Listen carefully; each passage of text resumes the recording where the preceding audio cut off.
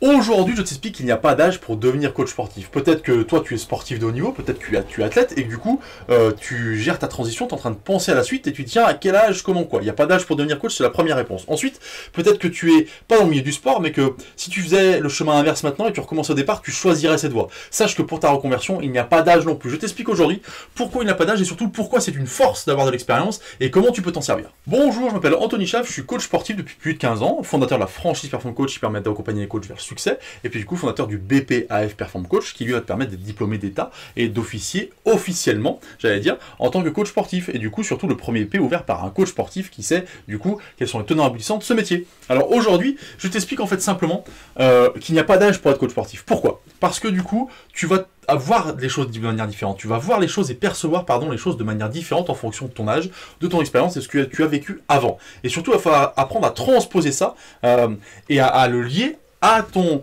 travail de coach sportif de maintenant. Je m'explique. Simplement, on se rend compte avec l'âge, notamment au côté sportif, que du coup, on peut forcément moins faire d'efforts, qu'on récupère moins vite et qu'il y a des choses qui sont importantes. Par exemple, plein de jeunes coachs, moi que je croise de partout, font faire toujours des séances à fond tout le temps.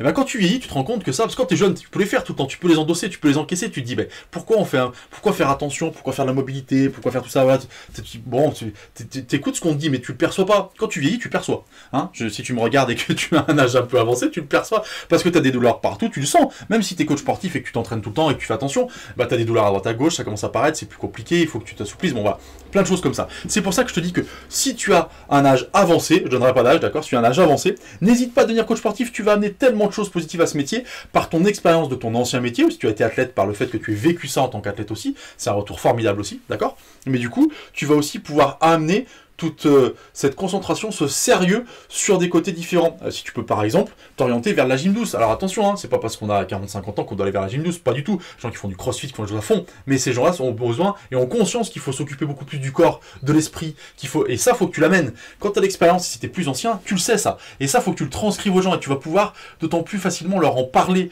leur transcrire. Donc il va falloir que tu tournes ta méthodologie de coach sportif et ta différenciation. Je parle souvent, je t'invite à regarder les vidéos de il faut être différent quand tu deviens et quand tu es coach sportif pour exister. Il faut avoir une niche de marché, ce qu'on appelle une niche de marché. Et ben, du coup, tu vas toi pouvoir, grâce à ton expérience, à ton vécu et à ce retour-là, créer ta niche. Voilà, par exemple, le sport santé.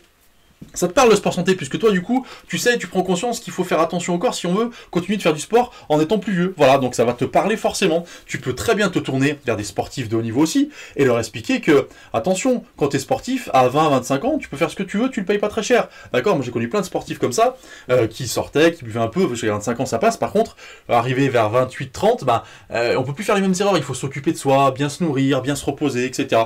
Et ben ça, tu en as pleinement conscience et tu as de la crédibilité pour l'expliquer, parce que tu as un âge où tu peux expliquer aux gens que certaines choses baissent, certaines choses descendent, et qu'il faut y faire attention, etc., etc. Bref, pour moi, c'est un vrai avantage d'avoir de l'expérience, et du coup, c'est un vrai avantage que tu peux transcrire si tu modélises bien ce que tu as vécu pour le transcrire en tant que coach sportif et pour l'enseigner aux gens, et si tu modélises bien aussi ton business, parce que je le répète, c'est tellement important, c'est ton business et ta niche de marché que tu définis, qui va définir si tu vas fonctionner ou pas. Voilà.